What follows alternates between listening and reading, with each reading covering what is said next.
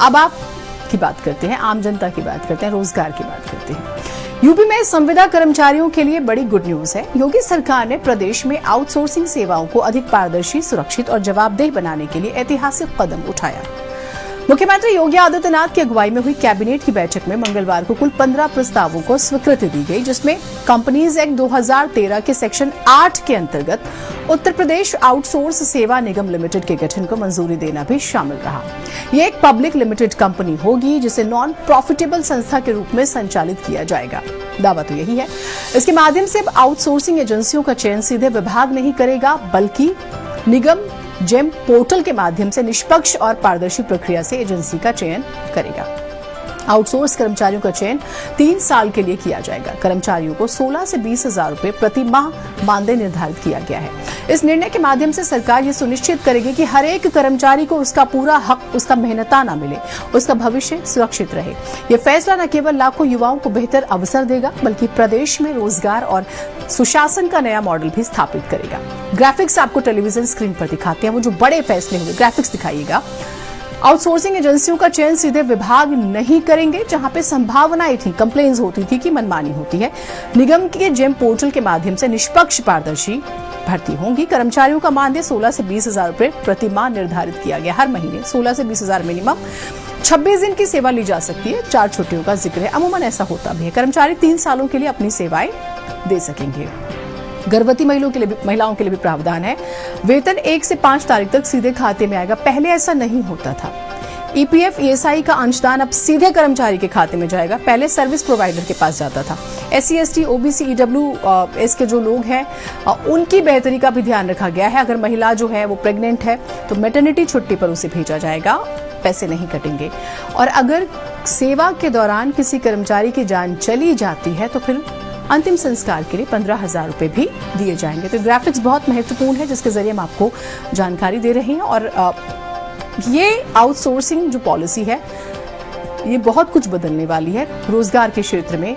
इसके तर्क क्या दिए गए इसको लाने के लिए, एक बार ग्राफिक्स दोबारा से आपको दिखा रहे हैं ताकि आप समझ सके इसकी डिटेल। 3 सालों के लिए अपनी सेवाएं जो है वो कर्मचारी दे सकेंगे। कर्मचारियों का वेतन 1 से 5 तारीख तक सीधे उनके खाते में आएगा। सरकार जो बदलाव कर रही है वो आपको पता होना चाहिए। सीधा पैसा कर्मचारी के अकाउंट में आएगा, किसी सर्विस प्रोवाइडर के अकाउंट में नहीं आएगा। चाहे वो महिला हो, SC, ST वर्ग हो, जो एक स्पेसिफिक रिजर्वेशन के नॉर्म्स है, आरक्षण है, निर्धारित आरक्षण, वो जरूर मिलेगा। अब इसका जो दूसरा महत्वपूर्ण पहलू है वो भी आपको बताते हैं।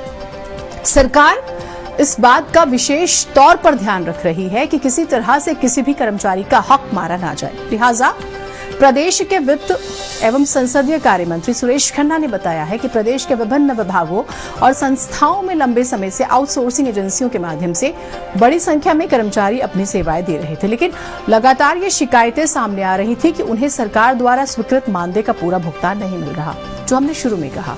साथ ही EPF, ESI जैसी अनिवार्य सुविधाओं का नियमित अंशदान भी कई बार एजेंसियों द्वारा नहीं दिया जाता। ऐसा होता है। इन अनियमितताओं को खत्म करने और कर्मचारियों के हितों की रक्षा के लिए निगम गठित किया गया है।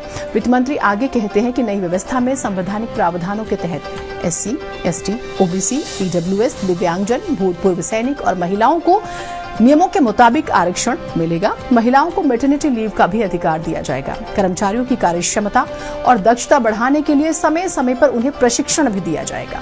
इसके अलावा सेवा के दौरान कर्मचारी की अगर मौत हो जाती है तो 15,000 रुपए अंतिम संस्कार सहायता के रूप में दिए जाएंगे। सुनिए।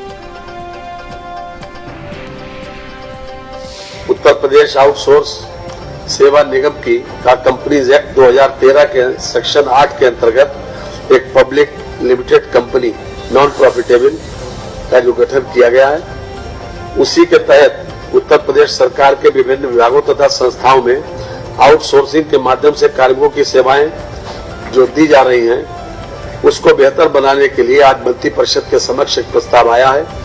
इसमें विशेष बात यह है कि नियमित पदों के अगेंस्ट इसमें आउटसोर्स या संविदा पर नहीं दिए जाएंगे। आउटसोर्सिंग सेक्टर में जो बहुत बड़े पैमाने पर जो सेवा प्रदाता कंपनियां थी वो शोषण करती थी, उस शोषण से मुक्ति का निर्णय लिया गया है। और जो भी आउटसोर्सिंग में अब सेवाएं दी जाएंगी उसमें आरक्षण नियमों का अक्षरशः पालन करना पड़ेगा। जो नहीं करेगा उसके खिलाफ कठोरतम कार्रवाई का प्रावधान किया गया।